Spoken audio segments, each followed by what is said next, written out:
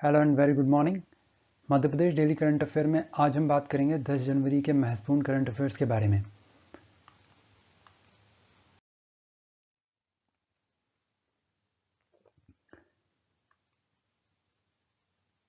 तो आज का हमारा पहला सवाल है जो रिलेटेड है भारिया देवलोक पुस्तक से। सवाल है कि हाल ही में भोपाल में जनजातीय धार्मिक परंपरा और देवलोक विषय पर आयोजित गरिमामय संगोष्ठी में भारिया देवलोक पुस्तक का लोकार्पण किया गया। यह पुस्तक किसके द्वारा लिखी गई है? तो इसका देखिए सही जवाब है आपका कि यह किताब लिखी है धर्मेंद्र पारे जी ने।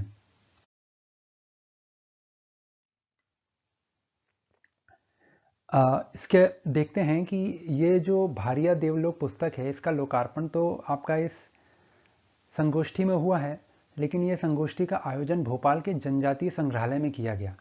पर्यटन एवं संस्कृति मंत्री सुश्री उषा ठाकुर ने कहा कि हम सभी सौभाग्यशाली हैं कि हमने भारत भूमि में जन्म लिया है और हमें अपने गौरवशाली इतिहास पर गर्व करना चाहिए।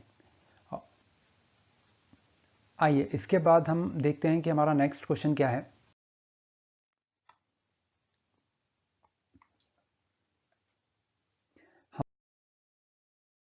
हमारा नेक्स्ट क्वेश्चन है करेली गुड़ मेला 2021 से संबंधित। हाल ही में किसान कल्याण तथा कृषि विभाग द्वारा करेली गुड़ मेला 2021 का आयोजन कहाँ किया गया? तो इसका देखिए सही जवाब है कि करेली गुड़ मेले का आयोजन किया गया है आपका भोपाल में।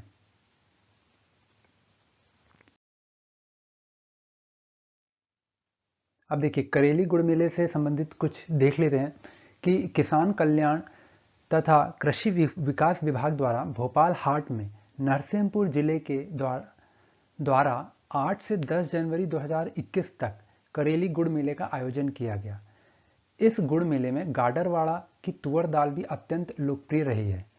अब देखिए यह जो करेली गुड़ मेला है यह एक जिला एक उत्पाद कार्यक्रम के अंतर्गत करेली गुड़ एवं गाडरवाड़ा की तुअर दाल के ब्रांड प्रमोशन के लिए किया गया था। इसका आयोजन कृषकों के उत्पाद को वैल्यू एडिशन करते हुए अभी तत्कालीन रूप से शहर में उपभोक्ताओं को कृषकों का उत्पाद उपलब्ध कराया गया है। सीधी सी बात यह है कि वो जो डायरेक्ट लिंकिंग है कि किसान और जो कस्टमर है वो एक दूसरे से डायरेक्ट लिंक हो जाए, किसान अपना सामान डायरेक्ट उपभोक्ताओं को बेच सके, उसी चीज को प्रोत्साहित करने के हिसाब से इस मेले का आयोजन किया गया था। इसके बाद हम देखते हैं हमारा अगला सवाल क्या है।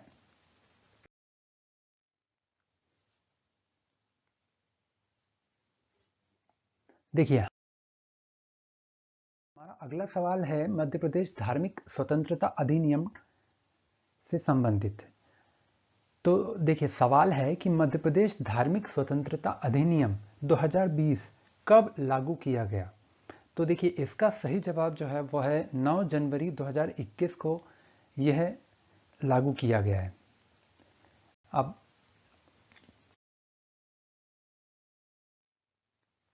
इसके बारे में थोड़ा सा देख लेते हैं कि राज्यपाल आनंदीबेन पटेल जो कि अभी लखनऊ में हैं उत्तर प्रदेश में, तो उनके पास मंजूरी के लिए ये गुरुवार को भेजा गया था और गुरुवार को ही उन्होंने इसको मंजूरी दे दी और उसी के बाद ये अध्यादेश के रूप में आज शनिवार को लागू हो गया है। तो गुरुवार को राज्यपाल के प्रस्ताव पर हस्ताक्षर करने के बाद सरकार ने नोटिफिकेशन जारी करके यह सभी कलेक्टरों को भेज दिया है। इसके बारे में अब हम देखते हैं कि इसके बारे में जानते हैं कि आखिर ये मध्य प्रदेश धार्मिक स्वतंत्रता अधिनियम जो है ये इसमें क्या क्या प्रावधान है। तो देखिए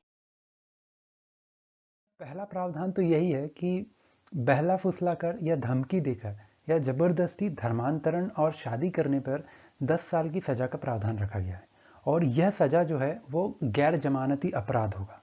दूसरा प्रावधान है कि धर्मांतरण और धर्मांतरण के बाद होने वाले विवाह के 2 महीने के पहले डिस्ट्रिक्ट मजिस्ट्रेट को धर्मांतरण और विवाह करने और करवाने वाले दोनों पक्षों को लिखित में आवेदन करना होगा। तीसरा इसमें प्रावधान है कि बगैर आवेदन दिए धर्मांतरण करवाने वाले धर्मगुरु, काजी, मौलवी या पादरी को 5 साल तक की सजा का प्रावधान रखा गया है। उसके बाद अगला हमारा प्रावधान है कि धर्मांतरण और जबरन विवाह की शिकायत पीड़ित माता पिता, परिजन या गार्जियन द्वारा की जा सकती है। इसके बाद हमारा नेक्स्ट प्रावधान है इसके अंदर कि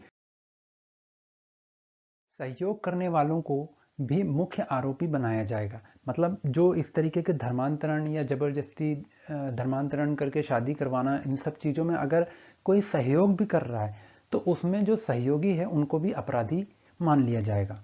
इसके बाद अगला प्रावधान है कि जबरन धर्मांतरण या विवाह कराने वाली संस्थाओं का रजिस्ट्रेशन रद्द कर दिया जाएगा। मतलब ऐसी कोई संस्था है जो इस तरीके का जबरदस्ती धर्मांतरण करवा रही है लोगों का या विवाह करवा रही है तो उनकी रजिस्ट्रेशन को रद्द कर दिया जाएगा। इस प्रकार के धर्मांतरण या विवाह करने वाली संस्थाओं को डोनेशन देने वाली संस्थाएं या लेने वाली संस्थाएं का भी रजिस्ट्रेशन रद्द कर दिया जाएगा। इसके बाद क्या है अगला प्रावधान कि इस प्रकार के धर्मांतरण या विवाह में सहयोग करने वाले आरोपियों को विरुद्ध मुख्य आरोपी की तरह ही कानूनी कार्रवाई, मतलब जो सहयोग कर रहे हैं उनको सिर्फ आरोपी नहीं समझा जाएगा, जो भी कार्रवाई होगी वो भी बिल्कुल मुख्य आरोपी जैसी होगी, जो सजा होनी है वो भी मुख्य आरोपी जैसा ही मानकर उनको सजा भी दे देंगे।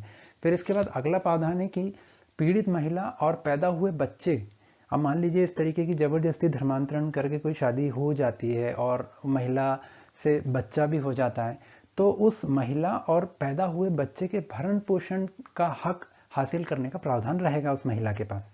और इसका जो अगला प्रावधान है वो है कि आरोपी को ही निर्दोष होने के सबूत प्रस्तुत करने होंगे। मतलब इस तरीके का अगर कोई धर्मांतरण का केस आता है तो जो आरोपी होगा तो उसी को अपने खिलाफ, मतलब अपने खिलाफ नहीं बोलना चाहिए, अपने पक्ष में अगर वो ये कहता है कि मैं निर्दोष हूं तो सारे सबूत जो हैं वो उसको खुद ही प्रस्तुत करने होंगे। Thank you.